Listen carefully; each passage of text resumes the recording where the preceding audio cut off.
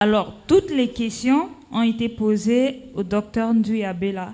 Mais le docteur Cresson, Beningama dit qu'il a quelques éléments de réponse. Donc, on commence par le docteur Cresson avant de finir ici.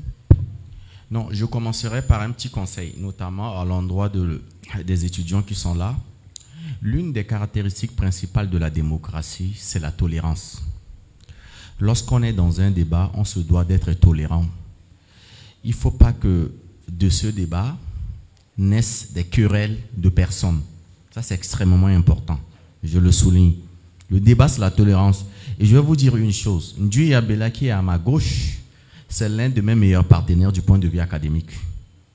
On se rentre dedans, passez-moi l'expression, mais sur le plan académique, on se comprend assez bien. Donc, quand on fait un débat, c'est un débat d'idées. Je vous dis, nous les jeunes, nous avons la responsabilité, c'est de faire de ce pays un pays qui aime les idées. Et aimer les idées dans une démocratie, c'est être aussi tolérant. Je ne suis pas d'accord à ce que vous dites, mais je vous le permets de le dire avant que je ne puisse répondre. C'est extrêmement important dans la construction de la République. C'est l'intolérance qui nous a fait connaître beaucoup de crises dans ce pays. C'est parce qu'on n'accepte pas le point de vue de l'autre. Il y a ceux qui sont... C'est normal qu'il existe des gens qui soutiennent ce qui se passe. C'est normal qu'il existe des gens... Voici un ancien Premier ministre qui vous dit ici que je n'irai pas voter. C'est son droit. Si Nduyabela ira voter, c'est également son droit. Donc on ne peut pas être intolérant. Une fois que j'ai dit cela, c'est juste une piste de proposition. Comme politiste, pour légitimer cet acte qui pour moi, je le dis tout à l'heure, est un acte de viol, moi je vous suggère deux pistes qui ne sont pas exclusives l'une de l'autre, mais c'est des pistes qui se complètent. La première piste, en réalité, c'est vrai que c'est tard, mais en réalité, pour éviter que ce projet soit un projet chrysogène, il fallait mettre en place un mécanisme qui permet d'intégrer les remarques, les observations qui sont formulées. Ça permet, avant d'aller au référendum, d'avoir un projet qui pourrait faire consensus. Parce que c'est l'absence du consensus autour de ce projet qui fait de ce projet un projet chrysogène. Ça, c'est la première piste. La deuxième piste, c'est le référendum en lui-même. Mais comme je dis, c'est une piste, ces deux pistes sont liées. Si vous ne réussissez pas à toiletter ce document, à faire en sorte que ce document soit un document consensuel, le référendum ne va pas résoudre le problème. Et puis, Ousna, permets-moi de dire un mot. Prof, ce document, il est truffé de fautes. Il y a trop de fautes d'orthographe, de syntaxe. Et à partir de... Oui, il y en a qui a dit de grammaire. Mais, vous savez, mieux que moi, une ponctuation peut dénaturer une phrase. Juste la place d'une ponctuation. La question relevée par Orphée, c'est une question de la ponctuation. Pourtant, dans le préambule, la position du législateur au sujet de l'homosexualité est claire. Mais dans le corps du texte, on se rend compte effectivement qu'il y a une ponctuation qui est venue dénaturer ce texte-là. Et donc, il faut relire ce texte-là avant de le soumettre. Et je finis en disant ceci. Même si on n'a pas évoqué la question. Je disais que j'ai suivi un juriste dire que lorsque une loi est tombée en désuétude, on peut estimer que cette loi est abrogée. Non. Lorsqu'une loi est tombée en désuétude, ça ne veut pas dire que cette loi, elle est abrogée. Et pour parler de la loi, du code de la nationalité, le code de la nationalité centrafricain n'est pas abrogé. Ce qui manque à nos politiques, c'est le courage de faire un choix et de l'assumer. De deux choses l'une. Soit vous faites un choix pour interdire, pour réaffirmer les dispositions du code de la nationalité. Les gens vous comprendront, ça veut dire que vous interdisez la double nationalité. Soit vous trouvez que ce code de la nationalité n'est pas à jour et vous acceptez la double nationalité. Et je donne mon point de vue là-dessus. Je ne suis pas contre la double nationalité, mais je fais partie de ceux qui estiment que pour accéder à la magistrature suprême, ceux qui ont la double nationalité, il faut renoncer à l'autre nationalité. C'est quand même important. déjà la question de la mononationalité au niveau de certaines instances de l'État, nous ne sommes pas les premiers à l'évoquer. Pour être président aux États-Unis, il faut naître américain et sur le sol américain. Quand vous allez en Israël, c'est encore plus dur. Donc, on peut effectivement dire que ceux qui veulent être président de la République, il leur faut une nationalité. Maintenant que nous avons des enfants binationaux, nous avons des responsables binationaux, on peut estimer que le code de nationalité, on peut procéder à sa révision pour introduire la double nationalité si la population est d'accord. Et à partir de ce moment-là, la question ne se pose pas. Mais il faut une clarification à ce niveau. Merci. Je peux prendre la parole. Ok, merci. Je vais essayer de répondre à l'ensemble des questions qui me sont destinées, mais sereinement. Je ne peux pas reprendre ce que mon voisin de droite a dit tout à l'heure, a rappelé les principes de la démocratie, même dans la Grèce antique où les Athéniens étaient fiers, il le disait. Et Périclès, à l'époque, il disait, nous ne nous irritons pas contre notre semblable lorsqu'il s'exprime à sa guise. En démocratie, c'est cela. Chacun s'exprime à sa guise et on n'a pas besoin de s'irriter les uns contre les autres. Et si j'ai accepté de venir, vous voyez, on a convié certains, ils ne sont pas venus. C'est pour servir de modèle, donner le caractère débat démocratique, confrontation d'idées. Si je défends mes idées, je ne défends pas parce que je défends un régime. Je suis professeur à l'université, maître de conférence. Si j'avais su que je devais avoir des observations ou donc un sentiment de rejet de la part de mon ancien étudiant, je serais venu avec mon bulletin de paix. Parce que sur mon bulletin de paix, en tant que maître de conférence, avec la dernière augmentation de salaire, un maître de conférence gagne 900 000 francs. 900 000 francs CFA.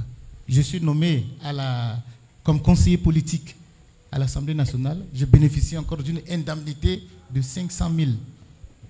500 000 plus 900 000, ça fait 1 million. Ça veut dire que je gagne quasiment qu'un ministre. Est-ce que j'ai besoin de me mettre à genoux pour défendre l'indéfendable? Non, il faut faire très attention à ce que je dis. C'est la fonction de penser ne se délègue point. Je vous dis ce que je pense. Il ne faut pas interpréter ce que je dis. Moi, je m'assois sur la rigueur scientifique. Tout ce que je développe, ça, sur la rigueur. C'est pour ça, deux fois, je cite les auteurs pour illustrer mes propos. Je suis entièrement d'accord. Vous voyez, quand on a rédigé, il y a beaucoup d'intervenants. Je suis entièrement d'accord avec monsieur le Premier ministre. On a supprimé le contre-saint. Lorsqu'on a organisé le conseil politique de MCU, la question a été soulevée devant le Premier ministre. Il faut supprimer le contre-saint. Je m'étais élevé pour dire non. En tant que constitutionnaliste, le contre-saint, c'est le critère d'identification du régime de type parlementaire. Dans un régime de type parlementaire, on ne supprime pas le contre-saint. Le chef de l'État était venu à la place 0. Un jeune aussi a dit non, nous t'avons voté pour que... Bon, ça y est qu'on ramène à des considérations des nominations des individus. Or, ce n'est pas ça. La technique constitutionnelle voudrait que dans un régime de type parlementaire, qu'il y ait le contre-saint. Parce que le président de la République est politiquement irresponsable et c'est le Premier ministre qui endosse avec ses membres de gouvernement la responsabilité politique du chef de l'État.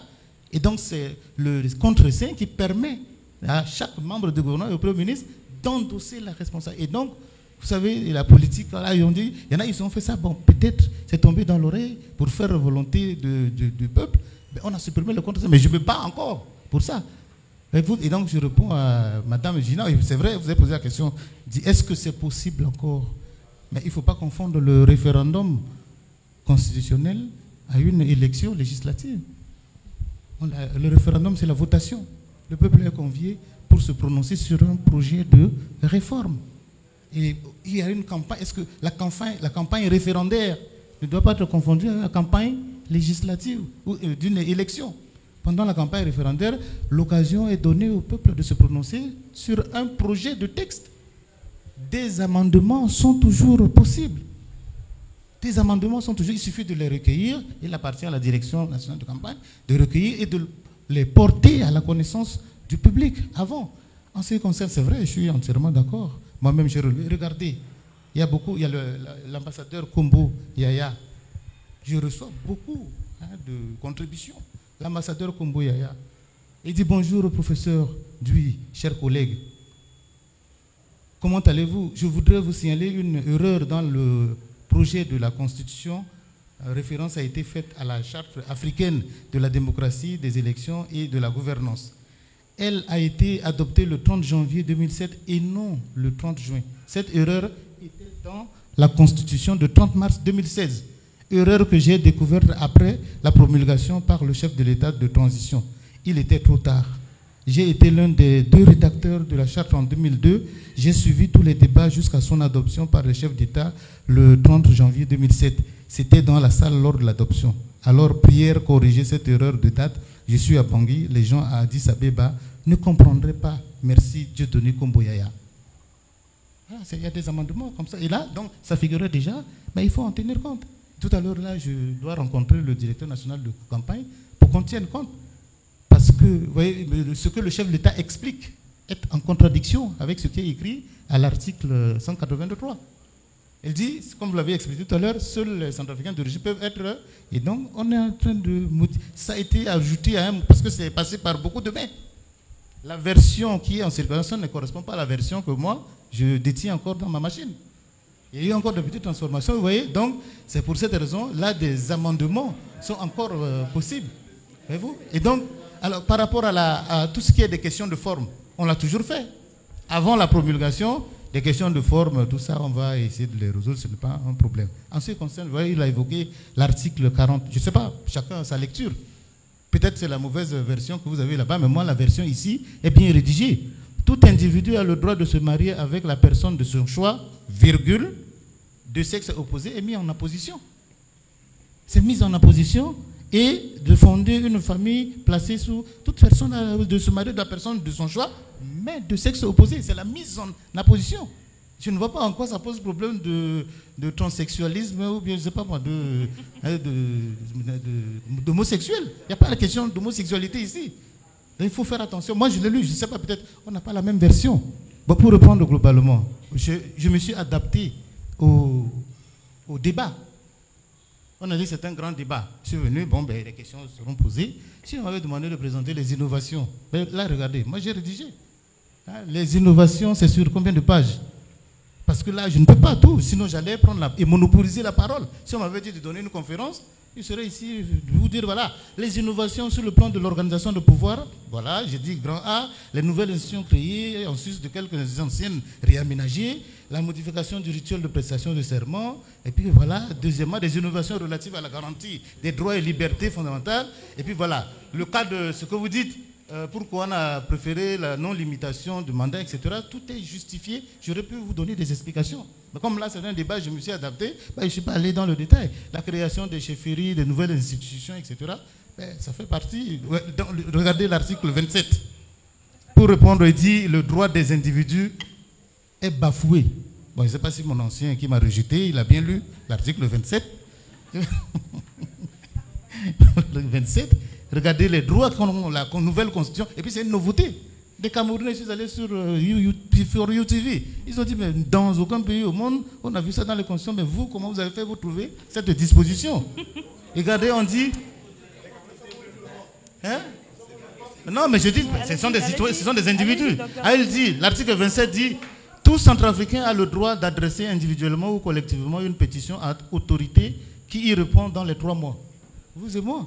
Si un sous-préfet, un préfet ou un président, même le président de la République, j'aille pas très bien, individuellement, on a la possibilité d'adresser une pétition et la Constitution autorise, autorise. S'il vous plaît, laissez-le finir. Alors, et mais c'est déjà pour la défense des droits individuels. Voyez-vous, c'est consacré, c'est une innovation. Peut-être ce n'est pas porté à la connaissance de tout le monde. Voilà, donc j'ai essayé de balayer comme ça les questions qui me sont destinées, mais en ce qui concerne l'aménagement. Hein? Le Sénat, voilà. Ok, merci. Non, une dernière question sur le Sénat. Oui, s'il vous plaît. Voilà, le Sénat, dans un régime, dans un État unitaire, ne se justifie pas forcément. Le Sénat, dans un État unitaire. Dans un État, comme vous l'avez dit, fédéral, avec des États fédérés, il y a la nécessité d'avoir un Sénat. Parce que le Sénat est la représentation des États fédérés. Parce qu'il y a superposition de pouvoir. Et quand on explique cela, c'est lui. Mais bon, là, dans le cas d'espèce de la République centrafricaine, ce n'est pas nécessaire. Ça va être pour... en fait, de mon point de vue. Mais attendez, mais... de mon point de vue, on a fonctionné depuis un certain nombre d'années avec un parlement monocaméral. Ça n'a posé aucun problème. Et à côté du Sénat qu'on a introduit, mais il y a un organe consultatif qui s'appelle le Conseil économique et social. Voilà, c'est un organe consultatif, mais déjà qui peut, oui, mais non, mais sinon, c'est une institution budgétivore qui n'a même pas sa raison d'être dans le cadre d'un État unitaire. Voilà, donc, hein? Ok, alors, pour je dire, pense oui, que c'est bon. S'il vous plaît, si vous avez fini, docteur Ndui, on passe à la fin. Voilà, un peu, pour ramasser globalement les questions qui me sont destinées. C'est très intéressant, il se fait tard déjà. Oui, j'ai des obligations, il faudrait qu'on limite. Les interventions sur le Ok, donc, merci beaucoup. On est à la fin. Donc, je vais, pour clôturer en beauté, donner 3 minutes à chacun de nos intervenants. Je commence par le docteur Cresson.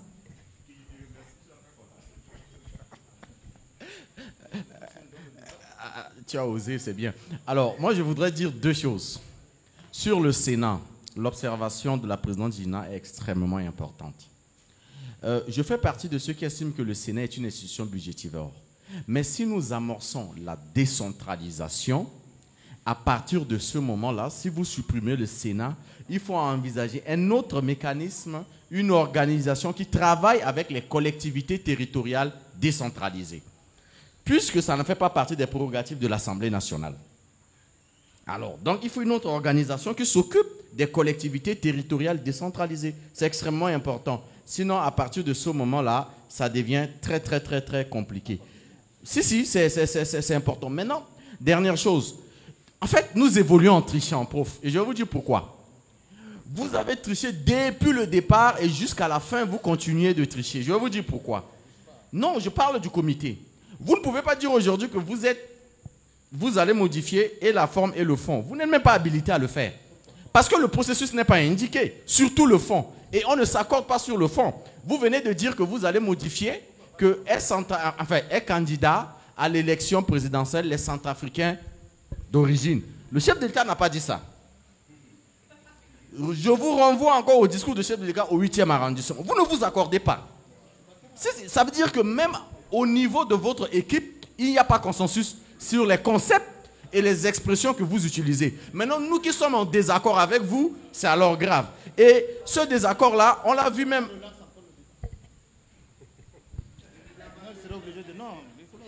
c'est le mot de fin, d'accord. Vous allez clôturer? Je vous laisse clôturer. Le mot de fin.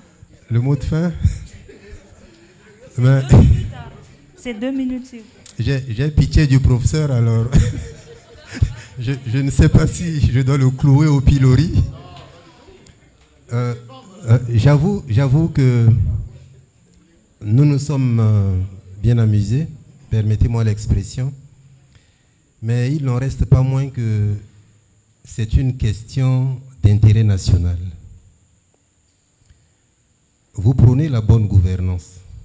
Et d'ailleurs, dans le préambule ici, vous avez gardé ces mêmes termes, déterminés à proscrire toute gestion familiale, clanique, patrimoniale et partisane de la chose publique. Vous savez pourquoi on l'a mis dans la Constitution du 30 mars 2016?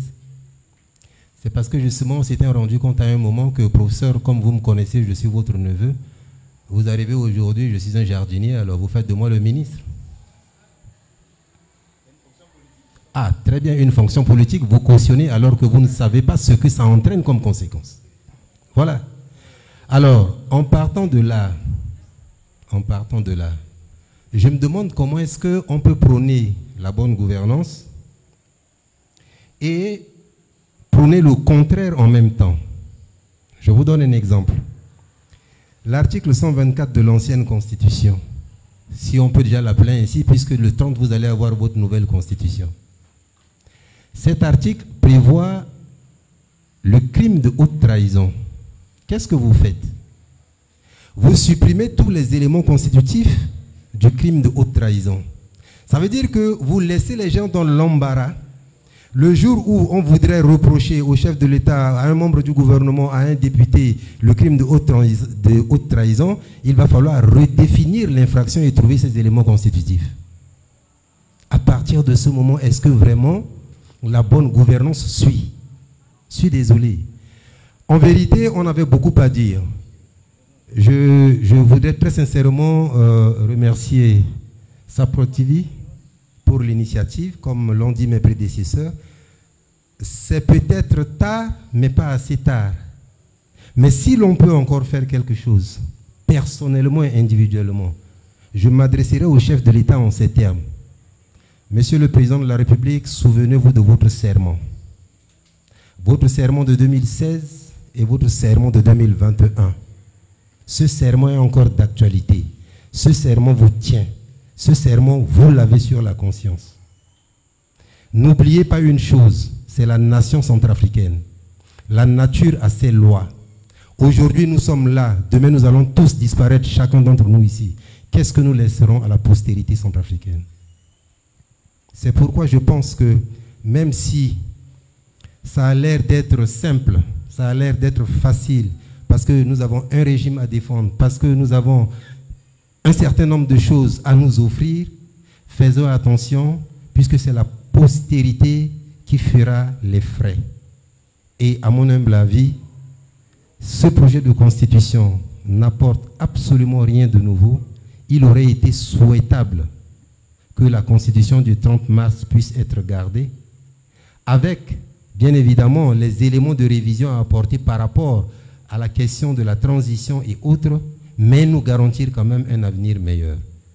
Et je termine en disant, j'exhorterai profondément la Cour constitutionnelle à dire le droit, s'il le faut, le moment venu.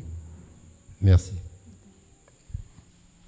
Maître Biega, vous avez la parole. Je vous remercie. À la suite de mes prédécesseurs, je voudrais vraiment remercier Sapro TV. Je me dis que la loi est d'application immédiate, la loi constitutionnelle. Mais lorsque vous lisez l'actuel projet, on nous dit que les institutions vont rester en place. L'Assemblée et consorts. Donc, cette Assemblée sera régie par quelle loi? Parce qu'elle a été votée sous le régime d'une ancienne loi. Ces institutions, donc il y aura survivance de lois. Ça, c'est un paradoxe. Deuxièmement, le préambule de ce même texte a problème dans ses dispositions transitoires, dit que le préambule fait partie de la Constitution. Comment on peut faire une telle annotation? Dire que le préambule fait partie intégrante de l'actuelle Constitution et loger le texte dans les dispositions transitoires. Ça, je n'ai pas compris. Et deuxièmement, il a aussi dit les anciens présidents sont membres de droit avec voix consultative de cette conseil constitutionnel qui sera chargé avec tout ce que nous comprenons comme vraiment très bas niveau d'institution. Mais puisque le président est à vie, à quel moment il y aura les anciens présidents? Puisque lui-même, il est là à vie. Mais à quel moment on aura les anciens présidents? Voilà encore une autre incongruité. Et deuxièmement, on nous parle de non, la population a demandé. Mais nous ne sommes pas la population, nous qui refusons. Puisque nous refusons ce qu'on est en train de dire. Donc, eux, quand ils disent oui, ils sont la population. Et quand nous disons non, nous ne sommes pas la population. Voilà encore une autre forme d'exclusion. Vous voyez? Et c'est comme si le chef d'État est à la disposition de la volonté de n'importe qui, sauf respecter la loi. Pour lui, la loi n'existe pas, mais ce sont les personnes qui sont manipulées à souhait pour défiler, pour lui demander telle chose. Alors, il est là pour respecter leur volonté, mais il y a quand même une loi. En attendant d'aller à cette constitution qui nous amènera que des problèmes, mais soyons quand même logiques. La loi, la constitution de mars n'a pas fermé la porte aux amendements, mais elle a fermé la porte à ce que le chef d'État voulait. Donc lui, il voulait modifier le mandat pour rester à vie. Il a réussi et modifier le nombre des mandats. Alors donc ils ont fait un petit saupoudrage en disant ils sont passés, s'ils restaient à 5 ans, non, on n'allait pas se gêner, mais ils ont passé virtuellement à 7 ans. Mais ce qui les intéressait, c'est le renouvellement ad vitam aeternam du mandat jusqu'à ce que le chef d'État disparaisse et qu'une autre personne vienne. Donc, à mon avis, je pense que le courage politique doit amener le chef d'État à dire « nous nous sommes trompés, on arrête ce processus ». Parce que cela ne nous amènera que des problèmes. Et lui, avec cette nouvelle constitution, qui ne ressemble à rien sauf à une autre de service, je pense qu'on ne peut pas gouverner la RCA avec ce texte. Je vous remercie. Merci beaucoup. Alors, docteur Nduyabé, là, vous allez prononcer le mot de la fin. Je ne vais plus relancer le débat comme mes chers compatriotes. Non, on a déjà, vous voyez, depuis 2 heures du temps, on ne relance plus le débat. L'ancien président de la Cour constitutionnelle a été clair. Lorsque vous sentez le poids de votre charge peser sur vous, retournez vers ce peuple qui vous a élu. Comme ça, la décision de ce peuple vous donnera des coudées franches pour évoluer. Et l'article 90 de la Constitution dit que le chef de l'État peut utiliser la voie de référendum. Ce n'est pas une question de prestation de serment. La prestation de serment n'a strictement rien à voir puisque c'est le peuple qui va se prononcer sur le projet qui a été avancé. Non, mais attendez. Voilà. Et donc, il ne faut pas venir là dire, bon, solliciter encore le... S'il vous plaît, laissez-le finir. La Cour constitutionnelle dit de dire le droit. Lorsque le peuple se sera prononcé, la Cour constitutionnelle ne peut plus se prononcer. Il y a des jurisprudences qui existent déjà. Hein. Une fois que le peuple s'est déjà prononcé, la Cour constitutionnelle va dire je n'ai pas été mise en place pour contrôler la décision du pouvoir constituant originaire. Le pouvoir constituant originaire peut tout faire. Donc, la Cour constitutionnelle ne peut rien contrôler. En revanche, si c'est l'Assemblée nationale qui vote une loi, oui, ça, il faut un contrôle de constitutionnalité. Mais on ne contrôle pas la décision du peuple. Et j'en ai terminé. Merci beaucoup. Donc voilà, nous sommes arrivés à la fin de notre débat. Merci beaucoup. Je suis contente de voir que tout s'est bien passé. Il y a eu assez de tolérance et tout. Donc voilà, merci beaucoup au docteur Nduyabé là, qui a été tout seul mais qui a su tenir ferme dans le débat. Donc on applaudit quand même pour lui. Voilà. Ok, merci à tout le monde d'avoir répondu présent à notre appel. Et le débat continue sur Saprod TV. Venez en commentaire, donnez vos idées. Comme ça a été dit ici, il y a encore un peu de temps. Ça a l'air tard, mais ce n'est pas si tard que ça. Des choses peuvent se faire, donc on va continuer le débat sur Saprod TV. Je vous dis merci, rentrez bien et on se retrouve prochainement pour d'autres débats de ce genre. Merci beaucoup.